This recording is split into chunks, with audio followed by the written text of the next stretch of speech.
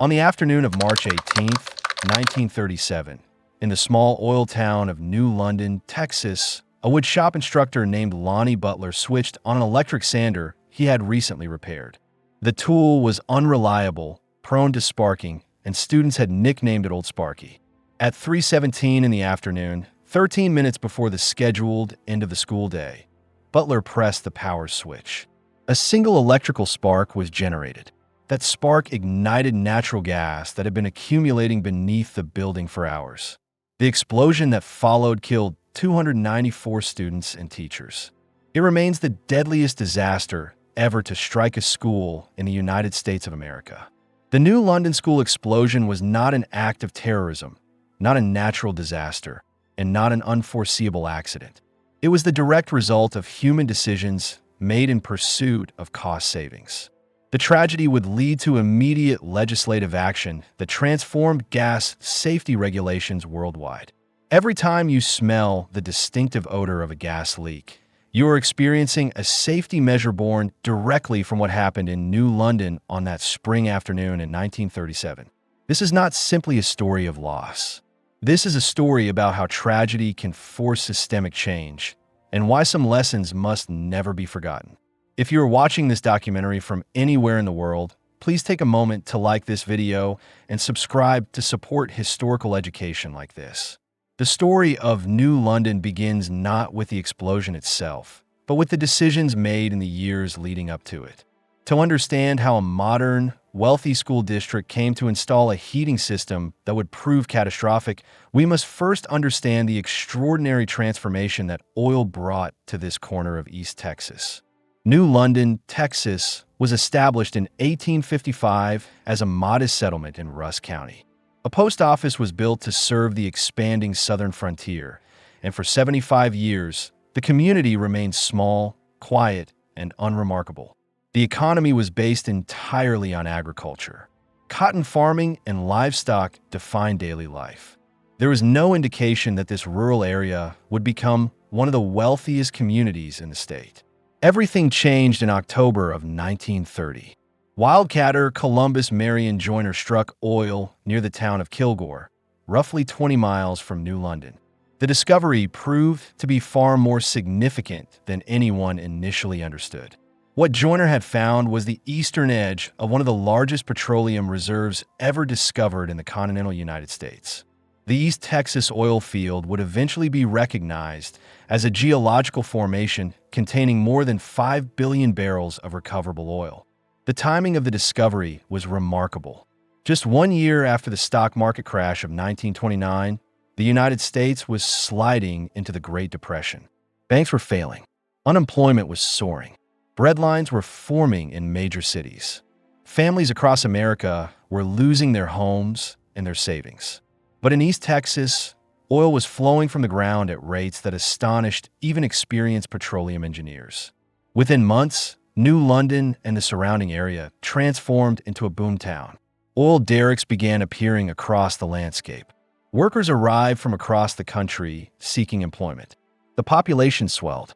Wealth poured into a region that had been economically stagnant for generations. While much of America struggled through the worst economic crisis in modern history, New London enjoyed an unprecedented surge in prosperity. Tax revenues increased dramatically. Land values soared. The local school district, which encompassed a wider area than just the town itself, suddenly found itself with financial resources that would have been unimaginable just a few years earlier. The community responded to this newfound wealth with ambition. Local leaders began discussing how to invest the oil money for the benefit of future generations. The answer they arrived at was education. They would build a school that reflected their success, a facility that would rival anything found in major cities. Construction began in 1932. The New London Consolidated School was designed to be a showcase. The budget was set at $1 million, an extraordinary sum during the Depression era. In current terms, adjusted for inflation, this represents an investment of well over $20 million. The school board approved additional expenditures in 1934 for further expansions and improvements. No expense was spared in creating a facility that would symbolize the community's prosperity and vision for the future. The architectural style chosen was California Spanish, featuring a distinctive red tile roof and clean, elegant lines. The main academic building was constructed in a two-story E-shaped configuration. An elementary school was attached to the main structure. A separate gymnasium was built approximately 30 meters from the primary building. The campus also included a football field, which was notable for being the first in East Texas equipped with electric lighting for night games. The facility could accommodate well over 1,000 students from across the consolidated district. Visitors to New London during this period frequently remarked on the quality of the school. It was compared favorably to university campuses. The classrooms were spacious and well-lit. The equipment was modern. The football team competed in a stadium that drew spectators from across the region. For a rural school district, the level of investment was extraordinary. The building stood as physical proof of what oil wealth could accomplish. However, the most critical decisions made during the construction process were not about aesthetics or athletics. They concerned the heating system. The architects who designed the building recommended the installation of a centralized boiler with steam heat distributed throughout the structure. This was proven technology widely used in large buildings across the country. It was reliable, efficient, and safe. The school board rejected this recommendation. Instead, they opted for a different approach. They approved the installation of 72 individual gas-powered heaters, with units distributed throughout the building. This system was also common in 1930s America and was not considered unusual or particularly dangerous. Individual gas heaters were used in schools, commercial buildings, and homes across the nation. The decision was based partly on cost and partly on the board's assessment that the distributed heating system would provide more flexible temperature control in different areas of the building. The design of the building created a specific vulnerability. Because the school was constructed on sloping ground, a large void space existed beneath the main structure. This airspace ran under much of the building, and it was through this hidden area that the gas pipes were installed. A network of pipes, including 4-centimeter lines to individual classrooms connecting to larger 5-centimeter pipes in the basement, delivered gas to the heaters throughout the facility. This infrastructure was standard for the type of heating system the board had chosen.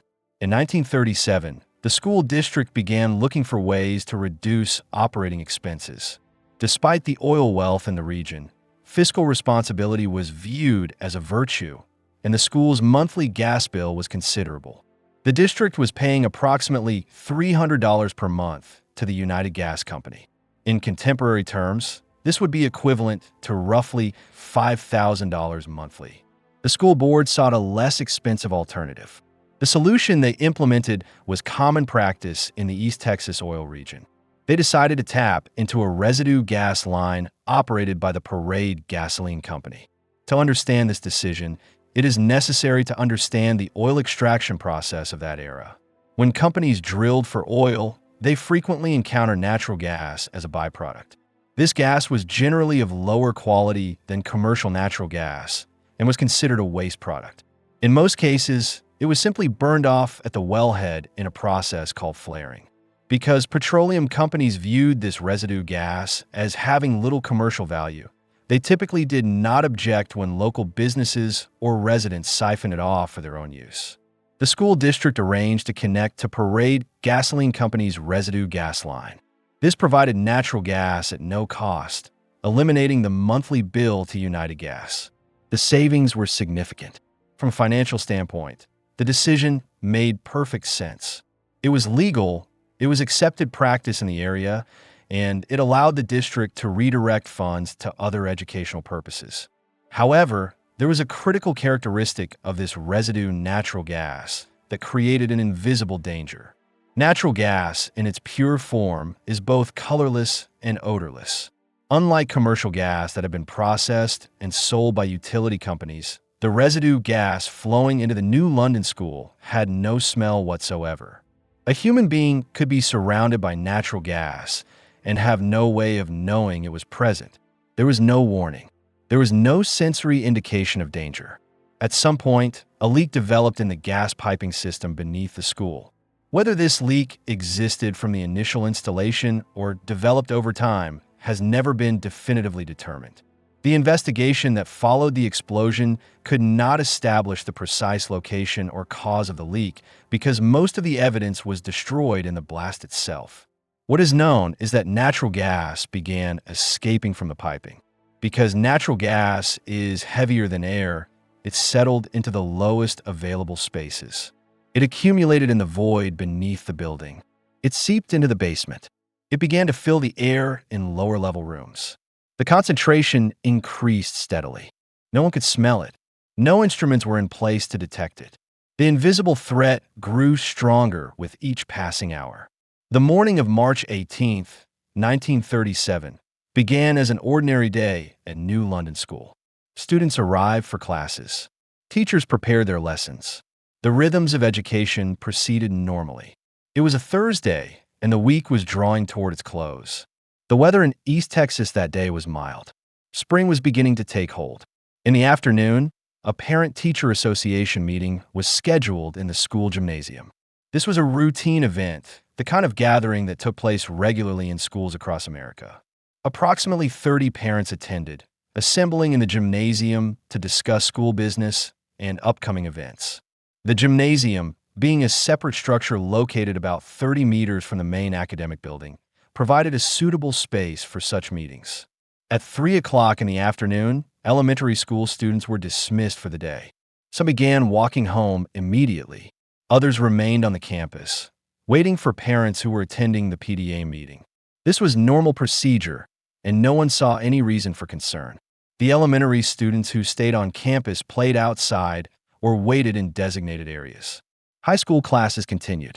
Approximately 500 students remained in the main building, along with 40 teachers. Dismissal for high school students was scheduled for 3:30 in the afternoon. The final period of the day was in progress. In classrooms throughout the building, teachers were conducting lessons.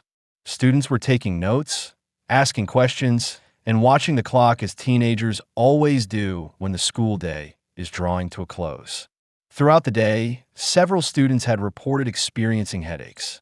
Teachers noted these complaints, but saw no pattern that would suggest a serious problem. Headaches among students were common and could be attributed to any number of ordinary causes. Spring allergies, changes in weather, the normal ailments of childhood. No connection was made between these symptoms and any environmental factor. Classes continued without interruption. What no one in the building understood was that natural gas had been accumulating beneath the school for an extended period. The leak in the piping system had been releasing gas into the void space under the building, possibly for hours, possibly for longer. The gas was filling the basement. It was seeping into the lower floors. The concentration was approaching a critical level. With each passing minute, the mixture of gas and air was becoming more volatile. The entire building was effectively sitting atop a bomb. At approximately 3:17 in the afternoon, in the woodshop classroom, instructor Lonnie Butler prepared to use an electric sander. The sander had a reputation for being unreliable. It sparked frequently, which is why students had given it the nickname Old Sparky. Butler had recently completed repairs on the tool and believed it was ready for use. A student project required finishing work, and Butler decided to demonstrate the proper technique. He reached for the power switch and pressed it. The electric motor engaged. In the process of starting, the motor generated a small electrical spark. This was not unusual for this particular tool. Under normal circumstances, such a spark would be completely harmless. But circumstances were not normal. The spark found the accumulated natural gas. Ignition was instantaneous. The flame raced beneath the floorboards into the void space under the building. That void was completely saturated with a mixture of natural gas and air in the precise proportions necessary for a massive explosion. The chemical reaction occurred faster than human perception could follow. The explosion was heard 6.5 kilometers away. Workers in the oil fields, miles from the school, heard the blast clearly and felt the concussion. Eyewitnesses who were close enough to observe what happened described something that seemed to defy the laws of physics. They reported that the entire building appeared to bulge outward, as if the walls were made of fabric rather than concrete and brick. The structure lifted into the air, suspended for a fraction of a second, then crashed back down to the earth. The walls collapsed outward in all directions. The roof caved inward. A massive concrete block was hurled through the air with tremendous force. It traveled approximately 60 meters before landing on an automobile, crushing it completely. Debris exploded upward and outward. Wood beams, glass, concrete fragments, and steel reinforcements became projectiles. Black smoke billowed from the wreckage. Red clay, dust from the earth beneath the building mixed with the smoke, creating a distinctive spiral cloud that rose high enough to be visible across the county. Then came silence. The terrible silence that follows catastrophe, where moments before there had been a beautiful, modern school building alive with activity, there was now a field of rubble. The parents attending the PTA meeting in the gymnasium were only 30 meters away from the main building. They felt the shockwave. They heard the explosion. For a brief moment, there was confusion about what had occurred. Then they understood. They ran toward the ruins. What they encountered was devastation on a scale that none of them could have imagined. The main building had been reduced to rubble. Students who had managed to escape were staggering out of the wreckage, covered in dust and blood, many in deep shock. Some were silent. Others were screaming. Some were wandering in confusion, calling out the names of friends, unable to comprehend what had just happened. The local fire department responded immediately. Firefighters arrived expecting to combat a blaze, but there was no fire. The explosion had been so complete and the destruction so thorough that there was nothing left to burn. The firefighters immediately transitioned to search and rescue operations, beginning to move debris by hand and calling out for survivors. Workers from the oil fields across the region had seen the cloud of smoke and dust. Many of them had children attending the school. They abandoned their posts and raced toward New London. Within an hour, hundreds of oil field workers had arrived at the scene, bringing with them experience in handling heavy equipment and working in dangerous conditions. They joined the search effort without hesitation. The governor of Texas, James Allred, received word of the disaster and responded with executive action. He dispatched units of the Texas Rangers, the State Highway Patrol, and the National Guard. Their orders were to assist in rescue operations and to help control the crowds that were beginning to converge on the site. Families from across the region were arriving, desperate for information about their children. The scene was chaotic and the need for organization was critical. Medical resources were mobilized from Dallas, approximately 100 miles away.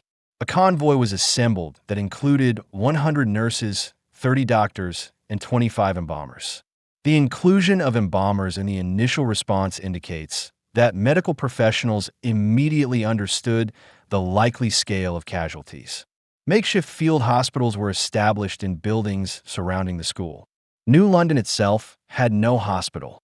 The nearest medical facility was in Tyler, a nearby town where a new hospital had been scheduled to open the following day. That hospital opened immediately on an emergency basis and began receiving the wounded. 100 injured people were brought to a facility that had only 60 beds. Treatment was provided in hallways, on floors, anywhere space could be found. 2 newspaper reporters arrived early at the scene, intending to document the disaster for their publications. They were told directly by rescue coordinators that helpers were needed more urgently than reporters. Both men put away their notepads and joined the search effort. The story could wait. Lives could not. The search operation developed a systematic approach. Peach baskets were delivered to the site in large quantities. A protocol was established. Workers would fill a basket with debris, carry it away from the main wreckage site, and then search through it thoroughly before disposing of the contents. This ensured that nothing was missed and that remains could be recovered and identified. It was painstaking work. It was physically exhausting. It was emotionally devastating. But it continued without pause. As darkness fell, heavy machinery was brought in from the oil fields. Cranes and tractors began lifting larger pieces of debris that could not be moved by hand. Floodlights, the same powerful lights used for nighttime drilling operations, were set up around the site. The search continued through the night. Principal Troy Duran took on the responsibility of identifying the deceased. He had taught many of these students personally. He knew their faces and their families.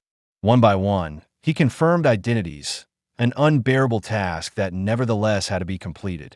Bodies were transported to temporary morgues that had been established in the area. One of these morgues was set up in the localized skating rink, where the cold could help preserve the deceased until proper arrangements could be made. Lonnie Barber was a school bus driver for the district. That afternoon, he had been transporting elementary students home when he heard the explosion in the distance. He had 4 children of his own, all of whom attended the school. Barber faced a choice. He could abandon his route and race back to the school to search for his own family, or he could complete his assigned duty and ensure that every child on his bus was safely delivered home. He chose to complete the route. At each stop, he reunited students with their frantic parents. Only after the last child had been delivered did Barber return to the ruins to search for his own children. His son Arden was among those killed in the explosion. The chaos of the disaster created confusion that compounded the grief. In the dust and destruction, identification was difficult. Mistakes were made. Families sometimes initially identified the wrong victims. Arguments broke out between desperate parents. Everyone was searching for their loved ones. Everyone needed certainty. Everyone was facing the unthinkable. One student, W.G. Watson, managed to escape the building and made his way home.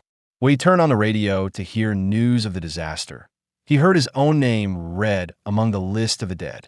He sat in his house, alive and uninjured, listening to confirmation of his own death being broadcast. The search continued for 17 hours. Every piece of rubble was moved. Every basket was searched. Every possible location was checked. When the operation finally concluded, all victims had been accounted for. The final count was 294 people, students and teachers. The exact breakdown would later be established as approximately 295 students and teachers combined, though some historical sources cite slightly different numbers due to challenges in record keeping during the chaos. What is certain is that nearly 300 people died in the explosion, making it the deadliest school disaster in American history. Funerals began almost immediately. There were too many dead to wait. Services were conducted at a rate of 3 to 4 per hour. The local cemetery set aside an entire section for the victims. Graves were dug in rows. The entire community was paralyzed by grief. Normal life ceased. Every family in the area was connected in some way to someone who had been lost. The story was reported around the world.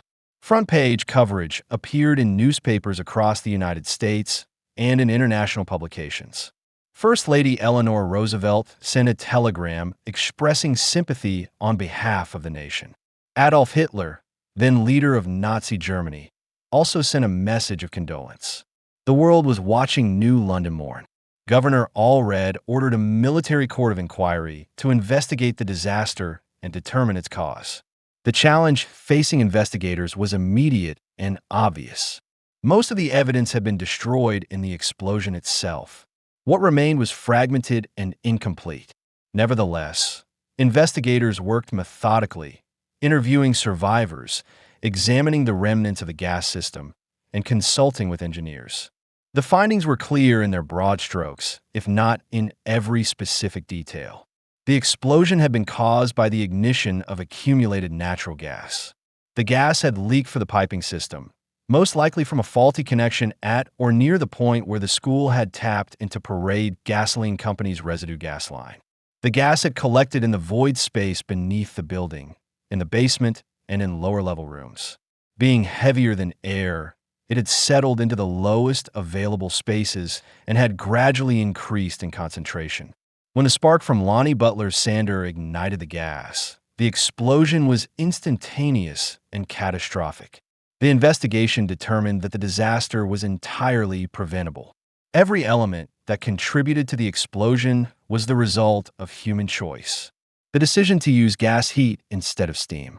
The decision to tap into the residue gas line to save money. The absence of any detection system for gas leaks. The failure to recognize the symptoms that students had reported throughout the day. Each of these represented a point at which different decisions could have prevented the tragedy. However, the investigation reached a conclusion that would anger many in the community. No school officials were found criminally liable for the explosion. The reasoning was that the practices employed by the school district were common throughout the region. The use of residue gas was widespread and accepted. Individual gas heaters were standard technology. There was no clear evidence of negligence that would meet the legal standard for criminal charges. The law as it existed in 1937 did not provide a mechanism for holding individuals accountable for what had occurred. This finding was devastating to the families of the victims. From their perspective, someone had made the decision to use residue gas to save money. Someone had chosen to reject the architect's recommendation for steam heat. Someone had created the conditions that led to the deaths of 294 people. Yet no one would face legal consequences. Multiple families filed civil lawsuits against Parade Gasoline Company, seeking compensation and accountability through the civil courts. These lawsuits argued that the company's residue gas line had created an unreasonable danger and that the company bore responsibility for the tragedy. However, every lawsuit was ultimately dismissed. The reason cited was insufficient evidence. The explosion had destroyed the very proof that would have been necessary to establish liability in court. The circular nature of this situation was not lost on the families. The disaster itself had erased the evidence of its own cause. Justice, in a legal sense, was denied. The grief was compounded by a sense of institutional failure. No one would be punished. No one would be held to account. The wound could not heal because there was no resolution, no acknowledgement of responsibility, no consequence for the decisions that had led to such catastrophic loss. Among the debris recovered from the destroyed school was a classroom chalkboard that had somehow survived largely intact.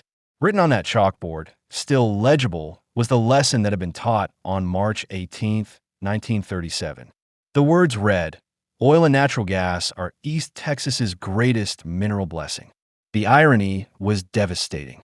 The very resource that had brought wealth to the community, that had funded the construction of the magnificent school, had also destroyed it.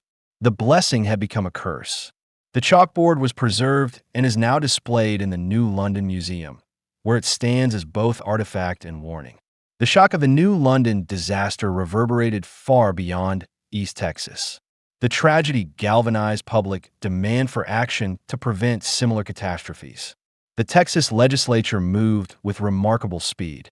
In May of 1937, just 2 months after the explosion, the legislature convened and passed House Bill 1017. The bill was approved and signed into law with immediate effect. The legislation mandated a simple but transformative requirement. Every natural gas supply in the state of Texas was required to have a strong-smelling chemical additive, known as a malodorant, mixed into the gas. The purpose was straightforward. If gas was odorless, leaks were undetectable.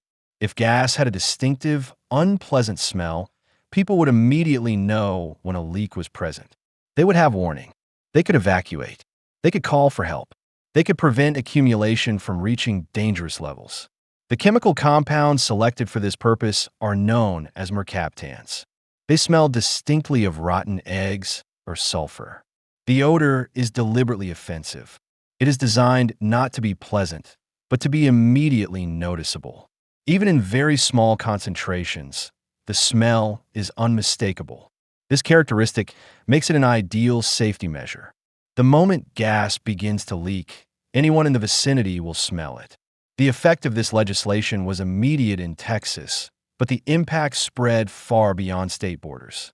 Other states observed what Texas had done and recognized the wisdom of the requirement. State after state adopted similar laws. Within a few years, gas odorization became standard practice throughout the United States.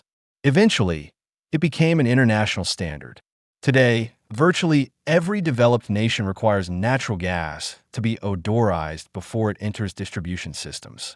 The practice is now so universal that most people are not aware that natural gas, in its pure form, has no smell at all. The number of lives saved by this single legislative act is impossible to calculate with precision, but it is certainly in the thousands, likely in the tens of thousands. Every time a gas leak is detected early because someone smells it, a potential disaster is prevented. Every evacuation prompted by that distinctive odor, every emergency call made before gas reaches explosive concentration, every family that avoids what happened in New London can be traced back to House Bill 1017 and the tragedy that prompted it. The cost of adding odorant to natural gas is minimal, measured in cents per household per year. The cost of not adding it had already been paid in New London, 294 times over. In 1939, 2 years after the explosion, the community erected a permanent memorial on the site. The memorial still stands today, located directly in front of the school that was built to replace the destroyed building. Students pass it daily. The names of the dead are carved into the stone. The memorial serves as both a place of remembrance and a physical reminder of what occurred and why it must not be forgotten. The New London Museum maintains a permanent exhibit dedicated to the disaster. In addition to the chalkboard, the museum displays photographs from before and after the explosion, personal items recovered from the wreckage, newspaper clippings, official documents from the investigation, and recorded testimonies from survivors. The museum ensures that the story is preserved for future generations and that the lessons remain accessible to anyone who seeks to understand what happened. Walter Cronkite, who would become one of the most trusted and respected journalists in American history, was an unknown young reporter for United Press in March of 1937. The New London explosion was one of his first major assignments. He traveled to the site, interviewed survivors and rescuers, and documented the aftermath. He never forgot what he saw. Cronkite went on to cover some of the most significant events of the 20th century. He reported from the beaches of Normandy during the D-Day invasion. He covered the liberation of Nazi concentration camps. He attended the Nuremberg trials where Nazi war criminals were brought to justice. He reported from Korea and Vietnam. He was the voice that informed America of the assassination of President John F. Kennedy. He anchored coverage of the first moon landing. He witnessed and reported on events that shaped the modern world. Late in his career, Cronkite reflected on his decades of journalism. He made a statement that provides perspective on the magnitude of what happened in New London. He said, "I did nothing in my studies nor in my life to prepare me for the story of the magnitude of that New London tragedy, nor has any story since that awful day equaled it." This assessment came from a man who had seen warfare, genocide, political assassination, and countless other tragedies. Yet he identified New London as the worst. This testimony speaks to the scale of the disaster, to its preventable nature, and to the profound impact it had on those who witnessed its aftermath. The 294 people who died on March 18, 1937, were not statistics.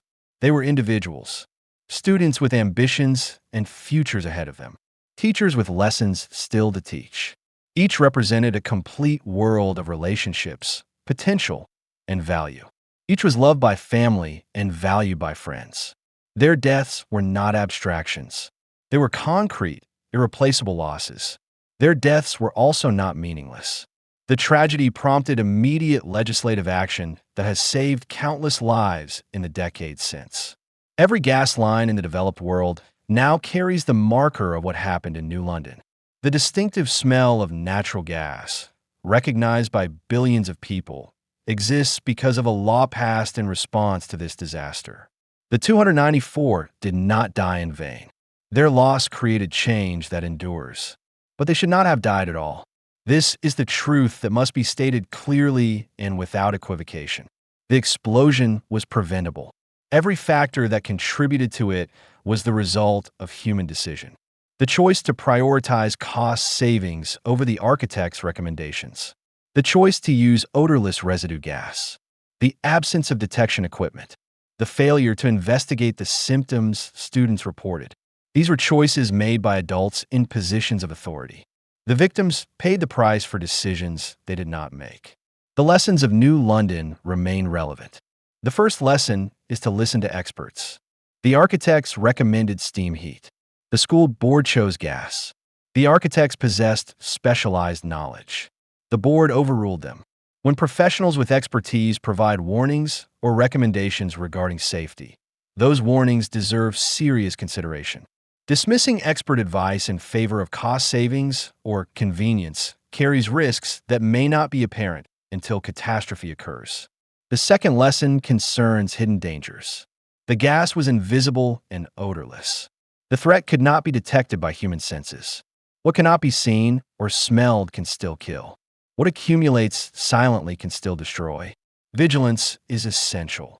Safety systems exist for reasons.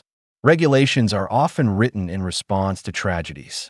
Complacency in the face of invisible danger is itself dangerous. The third lesson is about the true cost of decisions.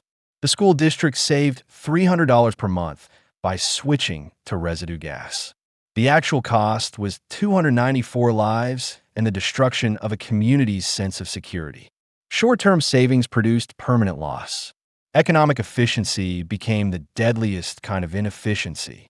The real price of a decision is only understood in hindsight, and by then it is too late. The fourth lesson is that responsibility matters. Decisions have consequences. Authority carries obligation.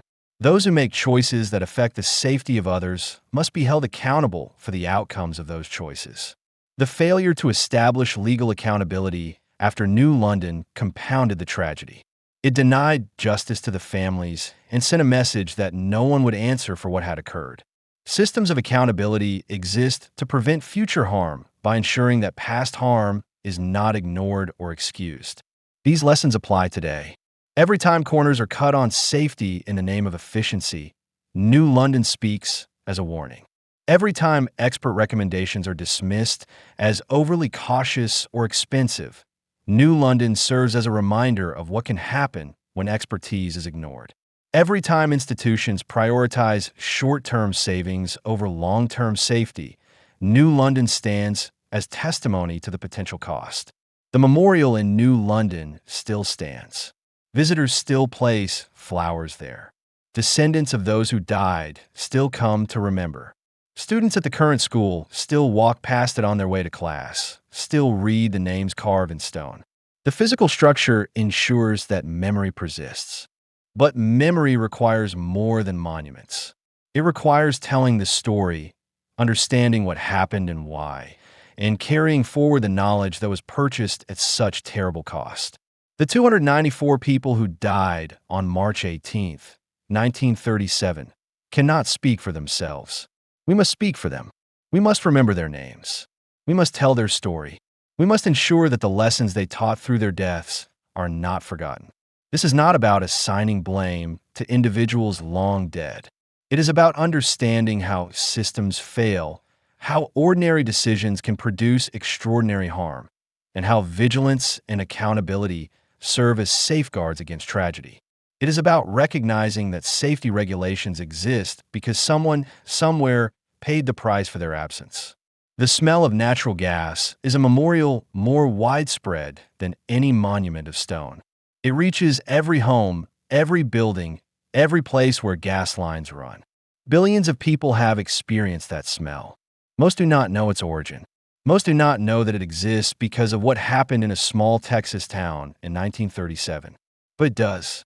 Every time that odor alerts someone to a leak, every time it prompts an evacuation or an emergency call, every time it prevents gas from accumulating to dangerous levels, New London is present. The 294 are present. Their legacy is written not just in history books, but in one of the most basic safety measures of modern infrastructure. New London, Texas, remembers. The memorial stands. The museum preserves. The story is told. But memory is not a local obligation. It is a human one. This tragedy belongs not just to one community, but to all communities that rely on the safety systems it created. The lesson belongs not just to 1937, but to every year that follows. The tragic story of the New London school explosion is a story of loss, failure, and injustice. But it is also a story of change, legacy, and the capacity of tragedy to produce reform. It is a story that must be remembered because the dead deserve to be remembered, because the lessons they taught must not be lost, and because the safety we now take for granted was purchased with their lives. They should not be forgotten.